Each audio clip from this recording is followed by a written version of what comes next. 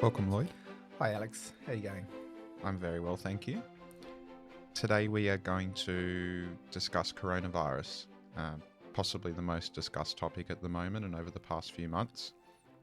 It is indeed, and I think, no one was expecting what we've seen. The world certainly changed, and certainly a pandemic that no one was really expecting at all earlier in the year. And I think it's a good opportunity now to just discuss how that has affected the property markets at this stage, particularly with the changes to auctions and to open houses, which are now back to normal, but also going forward, looking at the markets around the country. And not just this year, but also looking at those long-term perspectives and where we see the markets in 5, 10 years' time and so on. I suppose from a property perspective, sort of putting the social aspects of this pandemic to the side, looking back, we saw in March, April, the biggest changes in the market. I mean, we saw open homes and auctions be virtually shut down overnight as part of all the new social distancing restrictions. That was probably where we saw the most confidence come out of the market overnight. I know in my experience, it dramatically shifted the buyer's perception and seller's perception of what they thought was going to happen. I think a lot of people very quickly were expecting the worst. Throughout our series of Positively Geared, we always touch on strategy being the cornerstone of building a property portfolio or investing in general. It's just a reminder to everybody that everything that we do is designed over a longer period of time, and it's not necessarily about what the market's going to do tomorrow or next month. Yeah, that's right, Alex. And I think it's really important that people are not too concerned about what's happening now, what's happening in 6 months' time. People get very worried, should I be buying now? Should I be selling now? And all that kind of stuff. But really, as an investor, you really should be looking at your long-term goals, as I've always talked about. Where do you want to be in 5, 10 years' time?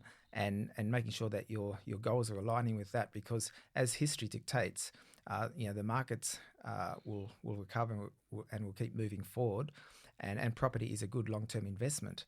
And I think people have been a little bit concerned because we've seen how volatile the stock markets have been and superannuation and everything.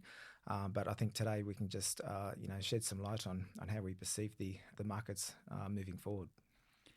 So, Lloyd, I think to put the first myth to sleep, there's been a lot of sensationalism in the media lately about, the Australian housing market going to crash, going to possibly see a 50% reduction in 6 months' time. What are the challenges you're facing at the moment with your clientele base as a result of some of that media and just reinstilling confidence in property with them?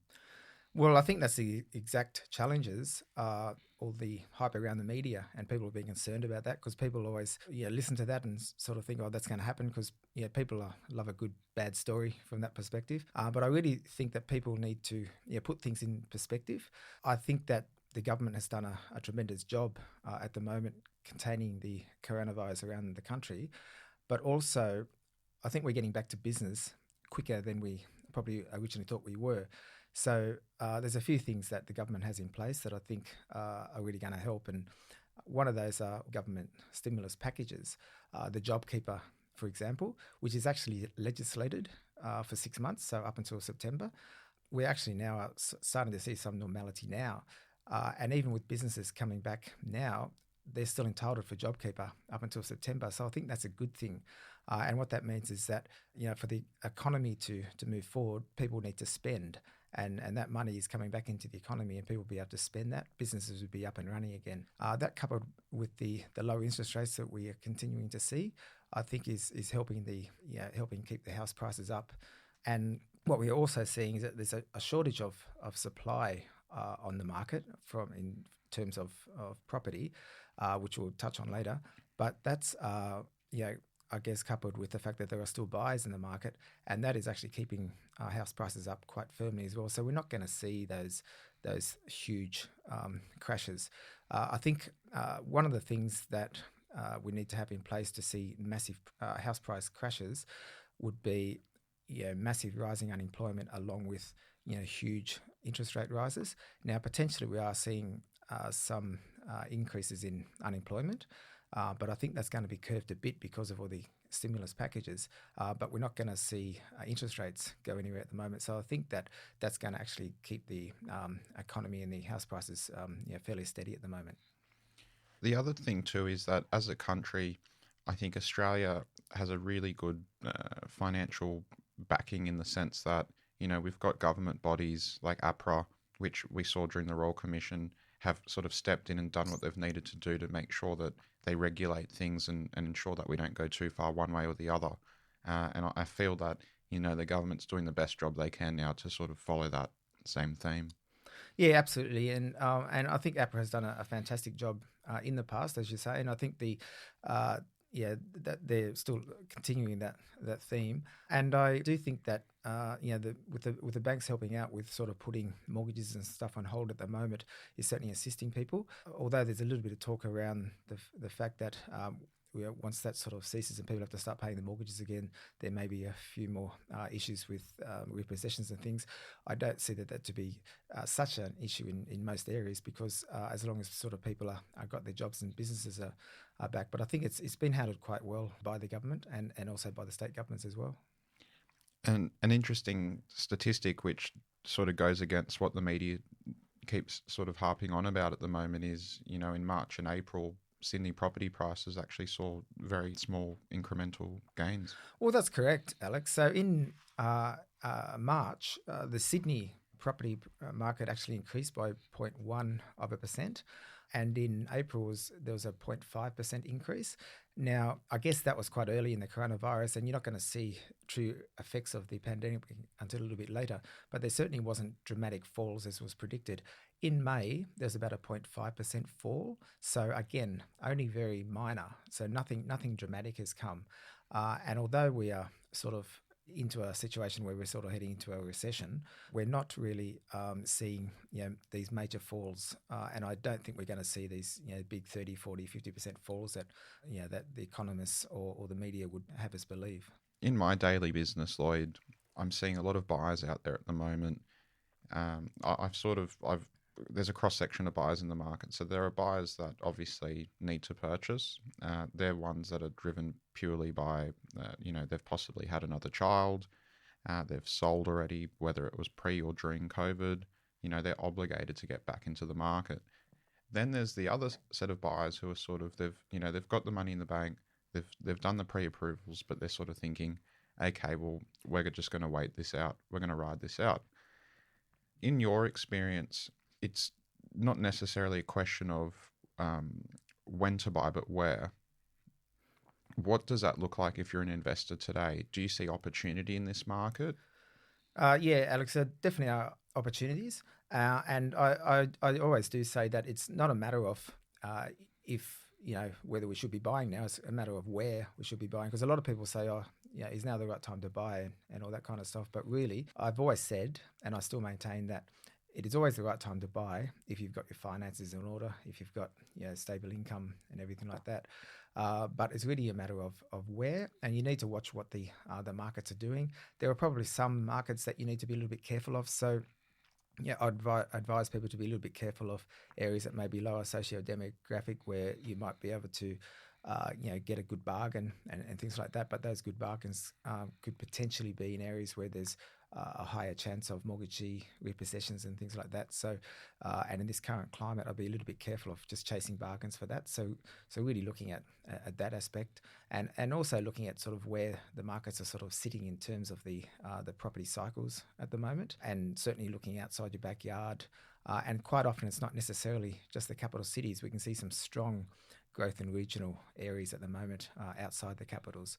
Getting back to the two things you mentioned there, if you're buying and selling in the same market, like if you're like a home buyer and you've got a growing family, that's kind of okay. You're going to sell a property and then you're going to buy a property in the same market. So you're probably going to be, in the same situation.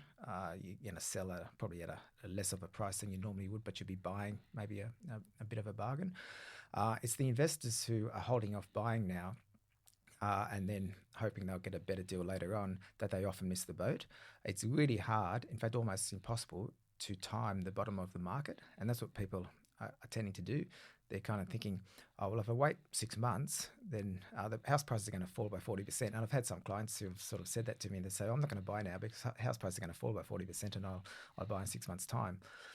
That historically has never really happened. So there's nothing really to indicate that's going to happen now, just because we're in a pandemic that we haven't experienced before.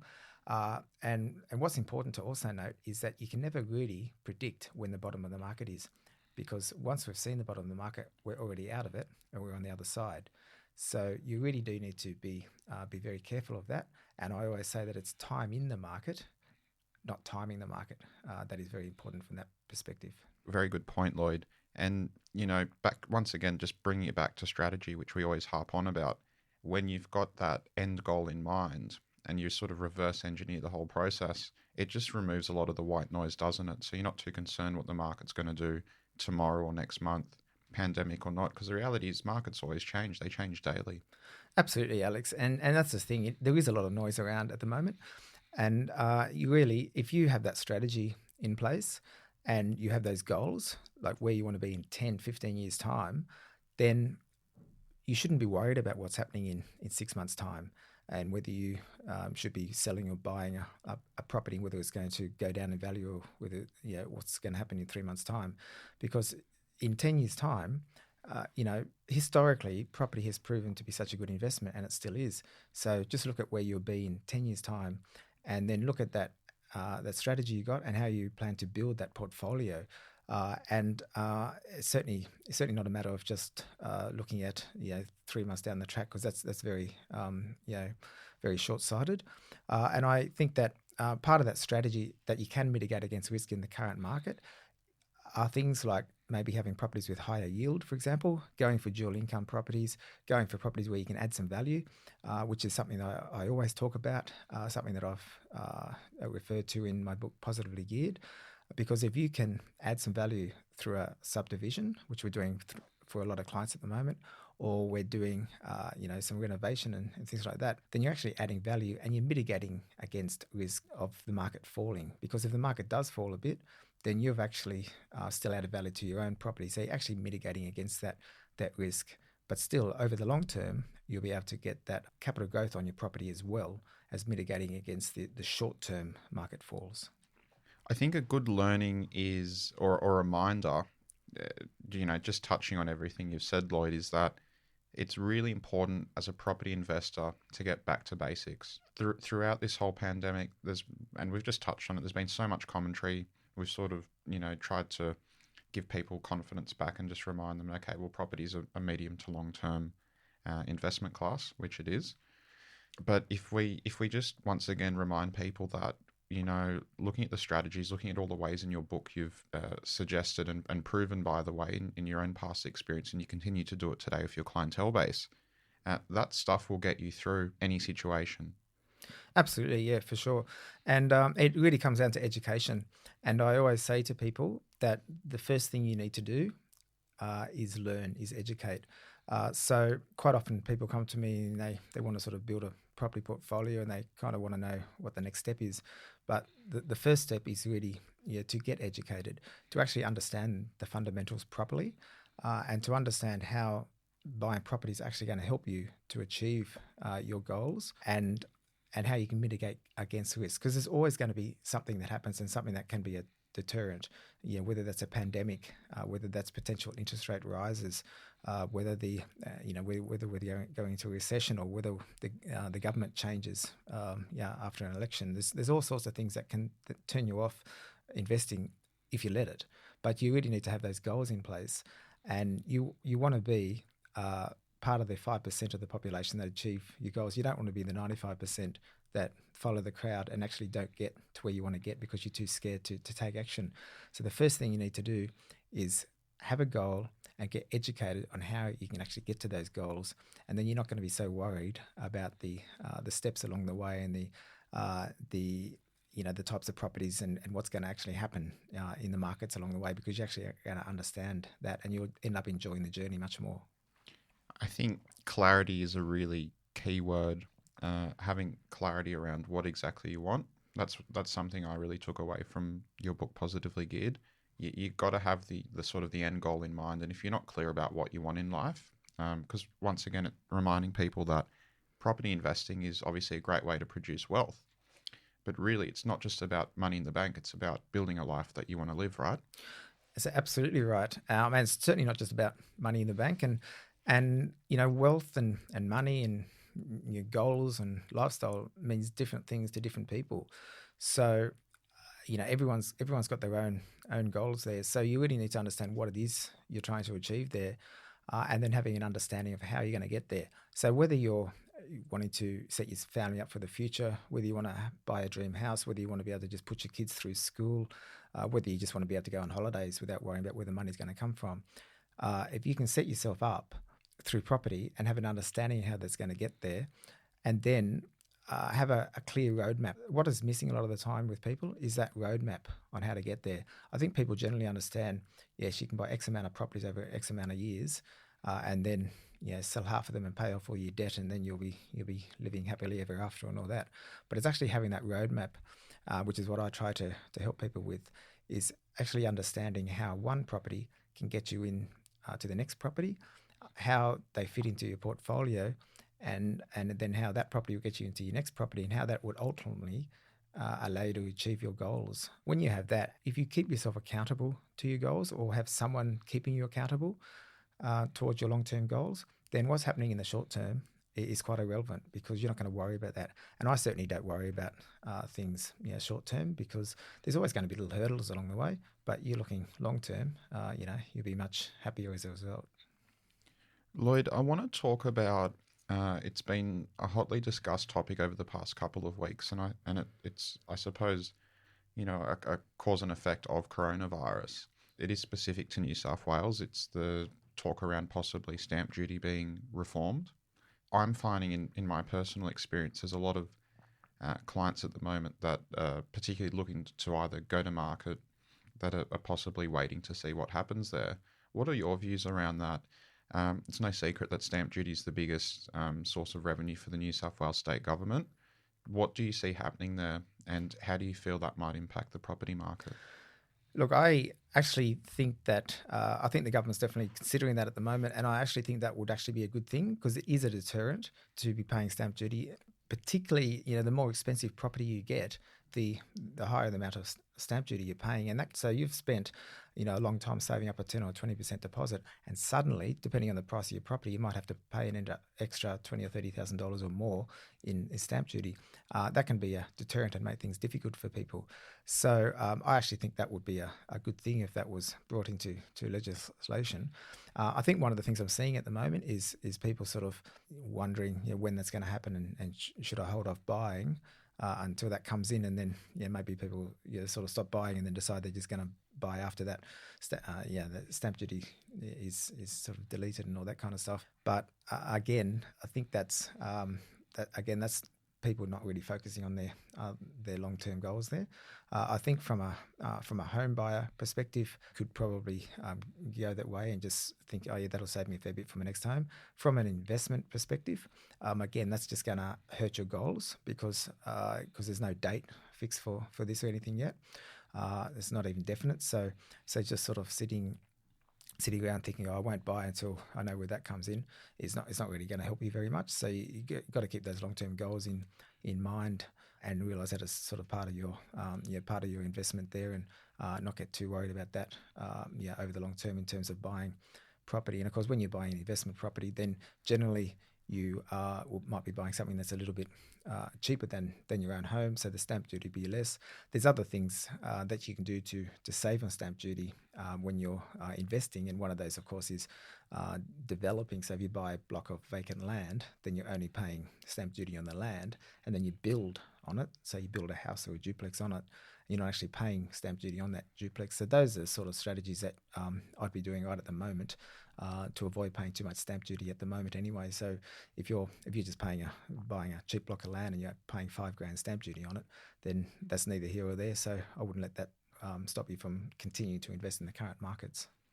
Some great commentary there, Lloyd, and just to remind the listeners, I think the real takeaway points there are, it's always about, it's back to strategy. It's about your long-term goals. We don't believe that it's necessarily a good idea to sit out on the fence and wait to see what happens, because once again, there's no guarantee that they'll even reform it. So if you are looking to build wealth, if you're looking to invest, now's as good a time as any. Obviously, doing your due diligence and being smart about where you put your money. It's never a good idea to wait 12 to 24 months or beyond, because in that time too, property prices possibly could pick up again. You know, there's so many moving parts to investing, so it's never a good idea just to wait. I think that's right, Alex. And that's the thing. There are so many moving parts to investing. And I really think you can't just sort of sit around thinking that, because depending on who you listen to and who you want to listen to, there will be people that say, oh, prices are going to fall next year, or prices are not going to recover for 5 years. But that's not really going to help you when you're trying to build your wealth and achieve your goals, because you've got a 10-year time frame in place, but you're not going to invest for 5 years because you want to see what the market does. That's just not going to help you. And that's just why I really want to reinforce to people that you really need to have those goals in place. And talk to a mentor or a buyer's agent about your goals, and then get some assistance. Get a roadmap drawn up, and then look at what properties you can buy to help you get to those. Because at the end of the day, property is just a vehicle to create wealth, but without that vehicle, you're not going to create that wealth. And whether you're using property, whether you're using shares, whatever, you need to be out there. You need to be investing. So stop worrying so much about the commentary in the market, and just keep those goals in mind, which is something that I always look at. But I remember when I first started investing, first few years, I didn't have a strategy in place, which I've openly talked about. But when I did actually set my goals and set a strategy, it completely changed things for me. And I haven't looked back since then. I've been very focused on everything that I've wanted to do, whether that's investing, whether that's growing my business, I was property professionals, whatever it is. I've been very focused because I've had a goal in place. And I wasn't like that when I first started. But when I really did focus myself, then I haven't looked back since. And I think that's really important for people to, to sort of take away and think about that. What are you seeing in the market today, Lloyd, now that we're probably on the way out of at least social distancing and a lot of the restrictions which essentially shut down a lot of businesses? It's interesting, Alex, because I think we are definitely getting through to the other side of coronavirus. I don't think we're getting away from social distancing just yet. There's still a lot of that, which is quite difficult in some areas to actually be able to social distance. What I actually am seeing certainly is everything being back to, I guess, close to normal, or maybe a new normal, much sooner than was first predicted. Because when I guess we were first warned about this in sort of late February, March, and we're sort of just told it'd be at least 6 months. Economy is going to go into hibernation, and then people will hopefully be back into business at the end of the year, maybe, or into next year. But we are looking like things are really turning to normal, much quicker. And as I mentioned a little earlier, the fact that there's still going to be stimulus packages such as JobKeeper in place, I think will actually help businesses and help the economy. I think the government still needs to look at other ways to stimulate the economy, because we are looking at that, going into recession there and everything like that. That's quite important. Try to keep the economy moving forward from that perspective. But I do think that we're actually going to see, from a property perspective, we're probably going to see the prices sort of stabilize this year, but certainly not have large falls. There will be some falls in some markets, but not anything major. And I think we'll be starting to see some house price growth into next year. So I think there's some positiveness around that perspective as well. Where are the places to avoid at the moment? And not on I suppose, a suburb basis. However, if you were out there today, what areas would you avoid? What areas would you recommend looking at? I think the areas that I'd probably look at avoiding, which is probably something that I've often talked about anyway, is areas that are reliant on the tourism sector. And we've seen what the coronavirus has unfortunately done to tourism. And of course, we all love going to tourist places and things. They don't always make the best areas to invest. I've often talked about the fact that the Gold Coast, for example, is not an area that I invest in. Lovely area, everything like that. But I wouldn't be going to places like that are going to be so volatile and reliant on a sector that hasn't done too well in this sort of climate. And areas that are not driven by several industries. I think you do need to have a lot of sectors driving an economy. And I'm talking on a fairly broad basis here because obviously investing in Sydney and Melbourne is always going to be good in many suburbs, but you can invest in regional areas that are still driven by universities and hospitals and new shopping centres and have got airports and things like that. Those are good areas to invest in as well. But like I've often said, don't just invest in an area that's just reliant on the resources sector and things like that. I also think that probably trying to avoid areas that are lower socioeconomic at the moment in terms of an investor would be good, because although you might be able to get sort of more bargains there over your long-term goals, that may not be so sufficient in terms of the growth that you might get in that property. And if you look at areas where perhaps on average in the households you've actually got two incomes in the households on average, and there are ways to look up those statistics, which I think would be beneficial to you rather than just relying on one household income. Lloyd, we've seen over the past couple of years low stock really supporting prices, at least in a lot of the Sydney metro markets. Through coronavirus, we've seen stock levels further decline, which we believe in part has helped keep the market relatively stable. One of the great services that you offer being a buyer's agent is that you do have the reach and ability to get your clients in front of properties which aren't on the market, and that being a main trend at the moment, a lot of sellers gravitating towards the off-market sale just because it takes a lot of pressure off them to feel overly committed to going to market and then being put in a position where they're going to be out of the market. What are you finding at the moment are some of the trends in the market? Yeah, Alex, I think one of the main things that we found is that when this pandemic first happened, is that we had more agents than ever calling us to try to sell their properties through us, without listing them at all. And that was because the vendors basically didn't want to list and didn't want to have anyone sort of walking through their homes. They just wanted to have sort of one serious buyer rather than even private inspections, because obviously they're worried about having someone walk through, they might have the virus and things like that. So that was a definite trend, and I think that that trend continues because we've formed a lot more relationships with a lot more agents in different suburbs, which can only benefit our clients, obviously. So there is a lot of properties that are changing hands that are not listed. From being on the Northern Beaches where we are at the moment, I mean, you've seen a fair bit of that yourself, I think. Absolutely. Lloyd, over the past 2 months, what has definitely been part of the cause and effect of coronavirus is there are a lot of tenants at the moment that are either unable to pay their rent, have asked for rent reductions, and are possibly not committing to, fixed term leases.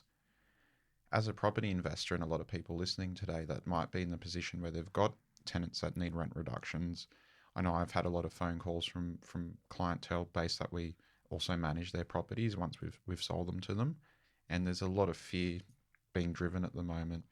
What do you suggest that people do in this situation just so that they stay centered? Yeah, I think there's some good points there, Alex.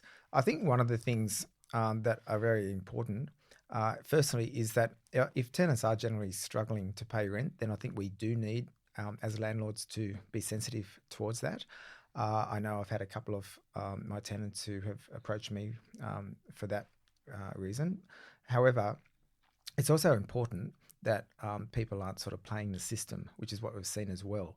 So we want to make sure that people aren't just asking for a rent reduction simply because it's COVID-19. And that unfortunately has been happening a little bit. So one of the strategies I've been using, and this is where I've actually caught out some of my tenants, and that is, finding out, actually have they really had a reduction in income? So getting proof of that.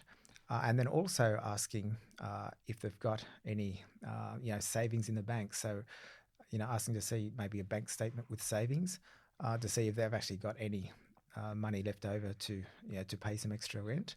To see perhaps if they've got, a Foxtel subscription or Netflix or something like that, or even a car loan. So I had, for example, one of my tenants who had all of the above, had a lot of money in the bank, had a car loan, had lots of subscriptions, and was actually spending a lot of money on Uber Eats, like every night, but they didn't want to pay rent.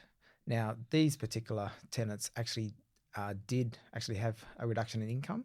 However, they also had enough money and other areas where they could have actually reduced their spending in other areas to cover their loss of income so they could pay their rent.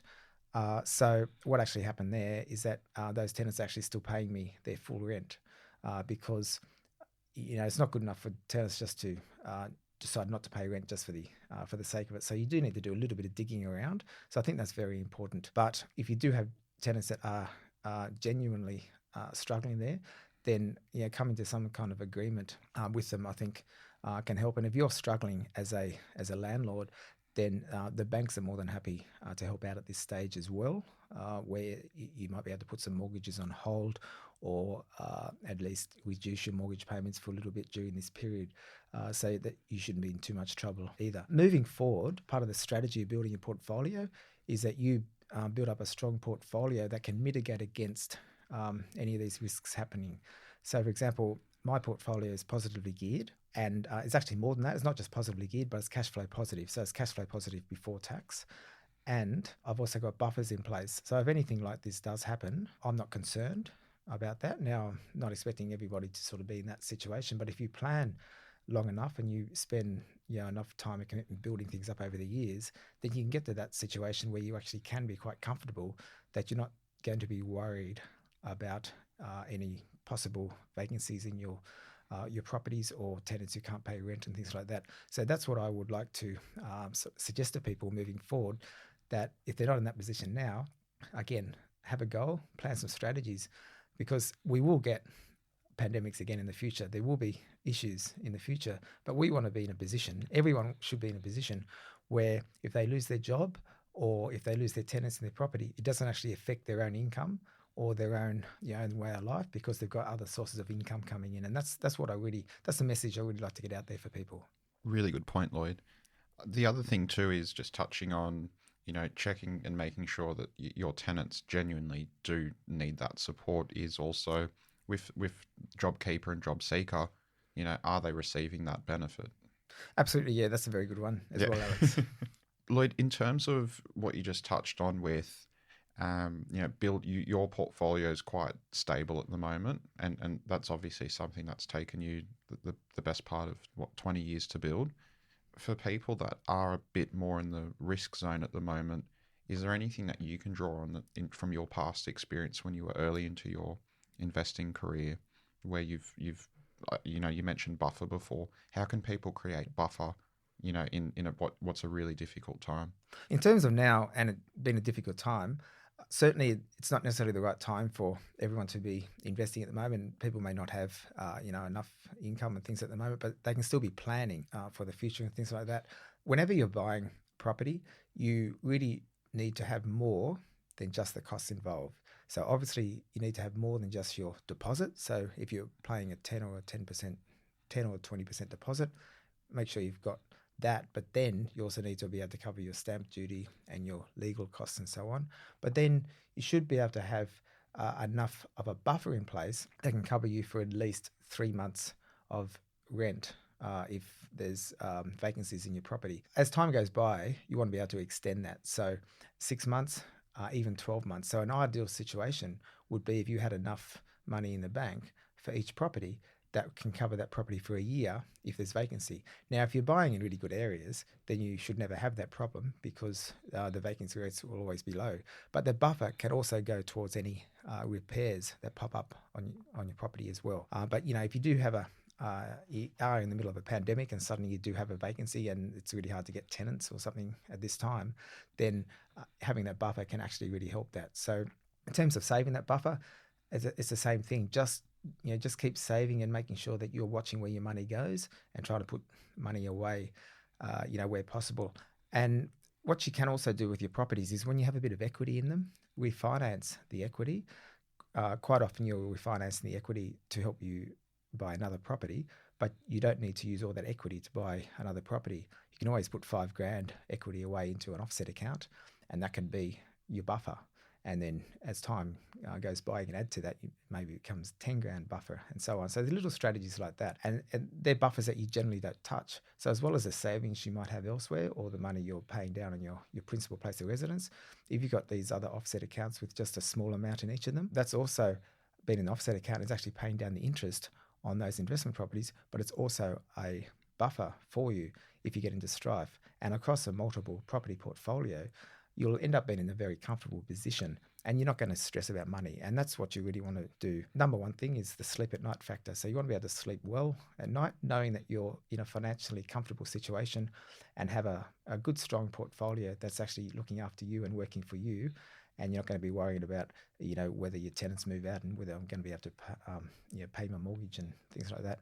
And it's the same as when you've got a job, and if you lose your job, like a lot of people unfortunately have at this time, if you've got those sort of savings that you can rely on, then you shouldn't be too worried about losing your job because, you might be on JobKeeper and stuff, but if you've got savings in your account or in one of your offset accounts, then you can actually use that to help you during difficult times as well. It's very much, once again, about just building the right framework to invest in. I know in your book you mentioned that, the beauty of investing in properties that really you only need to save a deposit once. Absolutely, yeah. So, and that's the thing, Alex. So if you've got your deposit for your first property, you buy the right sort of property, it goes up in value, maybe even do some stuff to manufacture equity on it. But once you refinance that, you use that equity to go and buy your next property. And as I said a minute ago, some of that equity can actually be used as a buffer for that first property as well. So it's just growing your equity in your properties. I think the silver lining, Lloyd, in this pandemic is that, we learn as humans a lot more from difficult times than when things are going well, right? And for some, this might be a good opportunity to actually take a step back, review your portfolio, review where you're planning to invest in, almost taking a pulse check on everything. And possibly this will help weed out bad investment choices you've made, or just give you more clarity around where you should be investing in. Yeah, true, Alex. And I'd go a step further. I think it's actually should give you more clarity around, things in general, because it has been unfortunate with a lot of people that have lost their jobs, and a lot of people won't. They're a little bit out of the box, and they won't, eligible for JobKeeper and things like that. But what I have seen, unfortunately, are people that lost their source of income, and then they didn't have enough savings to be able to pay more than a few weeks of rent and things like that. I think now is a great time for people to start planning for the future and think, how can I never be in this position again? Next time there's a pandemic around, I don't want to be worried about money. And that's what's really important. That's a good takeaway because, if we get another pandemic in 10 years' time, you don't want to be in the same position now that you're working sort of paycheck to paycheck. You lose your job and then you've got nothing to fall back on. So I advise people to really strategize, think about your goals, and think about how you can actually set up a plan, because it's very possible to actually mitigate against those risks and have multiple sources of income. Obviously the best way to do things is essentially have more income sources than just your paid job. So you want to have some passive income coming from some investments, and now's a great time to actually be thinking about how you can actually set that up in the future. And as I've said before, just get some education about it, work out how you can put those plans in place. Very good advice, Lloyd. What I think we're also keeping a keen eye on is, and this is, I guess, more of a social impact of coronavirus is, but what ties into the property market and investing is that with a lot of people now working from home, possibly we're going to see a quicker move towards decentralization, meaning that people don't necessarily need to be living 15 minutes from Sydney or Melbourne CBD, as an example. And what effects that going to have on, it could possibly improve values in other markets. A lot of companies are now looking at probably keeping their staff working from home. And maybe the markets that are now 50, 60 Ks from the city might become more valuable because people might move out there for lifestyle choices, given the fact that they don't actually have to be working in the city now or being close to that place of work. So as you said, those areas are being decentralized. So we're going to see some other markets coming to the fore, I think, into the future. And I think that's worthwhile, when strategizing and looking at areas to invest.